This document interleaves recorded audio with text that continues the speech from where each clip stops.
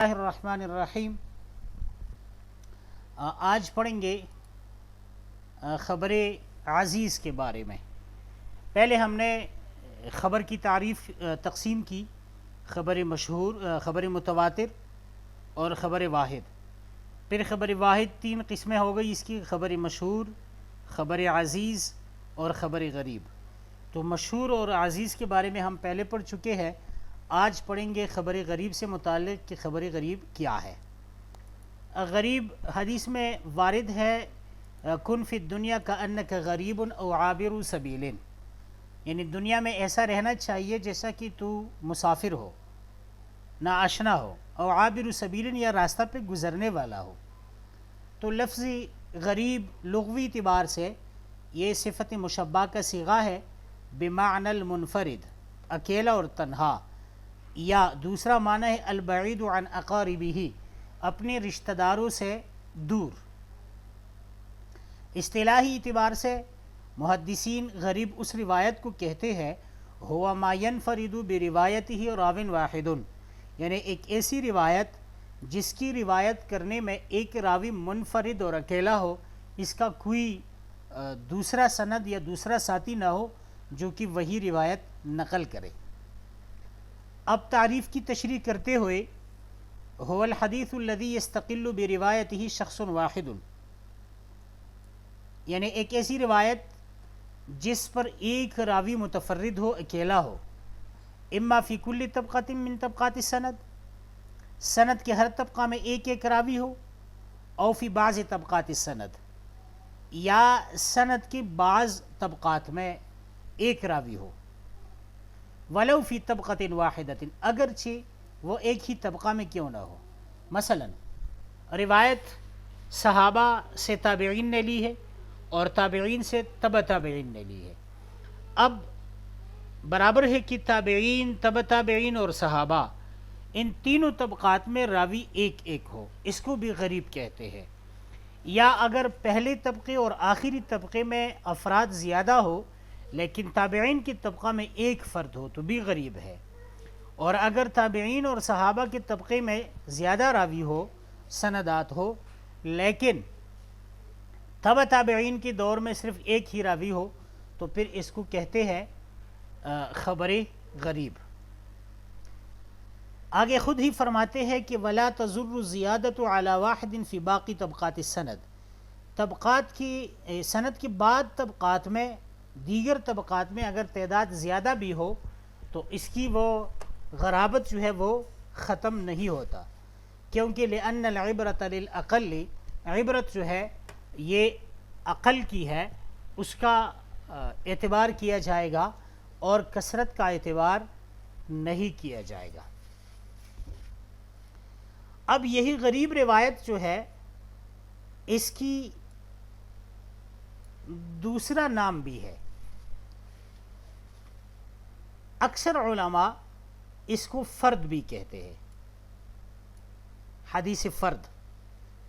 تو اس کا مطلب یہ ہوا کہ اکثر علماء کی نزدیک حدیث فرد اور حدیث غریب یہ دونوں ایک ہی ہے اور الفاظ مترادفہ ہے، جبکہ بعض حضرات اس میں کچھ فرق بیان کرتے ہیں۔ وغایر بعض العلماء بینہما فجعل کل منہما نوعا مستقلا، بعض علماء نے فرد کو اور غریب کو دونوں الگ الگ انواع یہ شمار کیے ہیں۔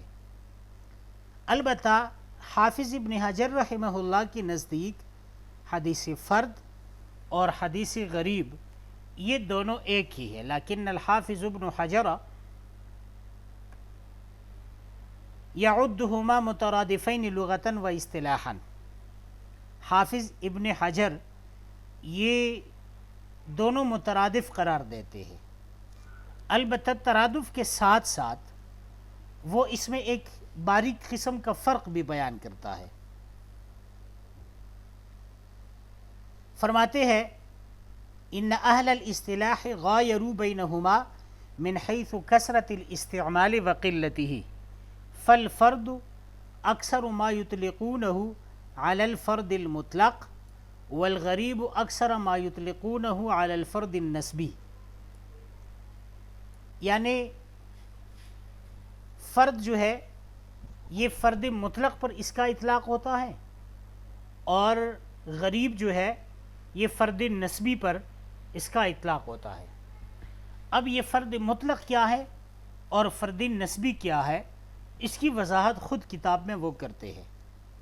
فرماتے ہیں یقسم الغریب بالنسبت لموضع التفرد فیہ الی قسمین، سند میں جہاں پر تفرد واقع ہے تو جس جگہ پہ تفرد واقع ہے اس جگہ کو دیکھ کر یہی حدیث غریب جو ہے اس کی دو قسمیں ہیں، پہلے نمبر پہ غریب مطلق، دوسرے نمبر پہ غریب النسبی۔ اب غریب المطلق یا فرد المطلق ہوا ما کانت الغرابت فی اصل سندہ، اصلی سند میں جہاں تک غرابت ہو، جہاں پہ اے ما ینفرد بروایتہ شخص واحد فی اصل سندہ، اصلی سند میں ایک ہی شخص جو ہے یہ واحد ہو، اس کو کہتے ہیں غریب المطلق یا فرد المطلق۔ مثال کے طور پر اب یہاں پر دیکھیے انما الاعمال بالنیات، اب اصلی سند کا مطلب یہ ہے کہ جہاں رسول اللہ صلی اللہ علیہ وسلم سے روایت لی جاتی ہے اس کو کہتے ہیں اصل سند۔ اب اس روایت میں تفرد به عمر بن الخطاب، یہ رسول اللہ صلی اللہ علیہ وسلم سے یہ روایت تمام صحابہ کرام میں صرف عمر بن الخطاب رضی اللہ تعالی عنہ لیتے ہیں۔ وقد يستمر التفرد الى آخر السند وقد يرويه عن ذلك المتفرد عدد من الروات، اب بعد میں اس کی تعداد جو ہے اگرچہ زیادہ ہے پھر، لیکن رسول اللہ صلی اللہ علیہ وسلم سے عمر بن الخطاب، پھر اس کے بعد علقمہ ہے تو علقمہ بھی عمر بن الخطاب سے ہی منفرداً روایت کرتے ہیں۔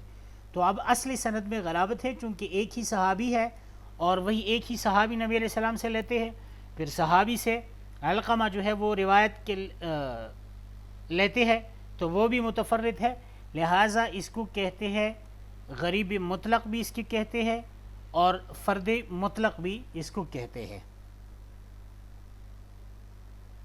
اور دوسرے نمبر پہ ہے الغریب النسبی او الفرد النسبی، تو اس کی تعریف هو ما كانت الغرابة في أثناء سنده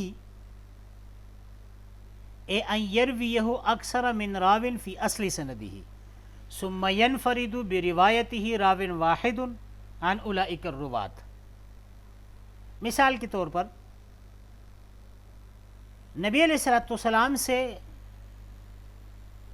جو روایت نقل کی جاتی ہے تو وہاں پر راوی متفرد نہیں ہے، وہاں پر ایک سے زائد سندات موجود ہے، ایرویہ اکثر من راوin فی اصلی سندی، ایک سے زائد روات ہے، لیکن بعد میں فی اثناء سندی، سند کے درمیان سے ثم ینفرد بروایتہ راو واحد عن اولئک الروات۔ اس کی مثال ذکر کرتے ہیں،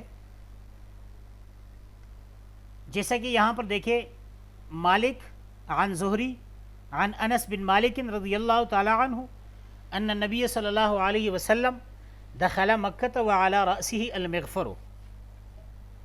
اب اس میں دیکھیے یہ انس رضی اللہ تعالیٰ عنہ سے روایت ہے، پھر انس سے زہری لیتے ہیں اور زہری سے امام مالک لیتے ہیں، تو اب انس رضی اللہ تعالیٰ عنہ بھی متفرد نہیں ہے، یہاں انس رضی اللہ تعالیٰ عنہ سے زہری بھی متفرد نہیں ہے، دیگر سندات موجود ہے، لیکن زہری سے جب مالک رحمہ اللہ نقل کرتے ہیں تو صرف مالک ہی نقل کرتے ہیں، تو اب یہ اثناء سند میں تفرد آ گیا، تو اب اس کو کہتے ہیں فردی نسبی۔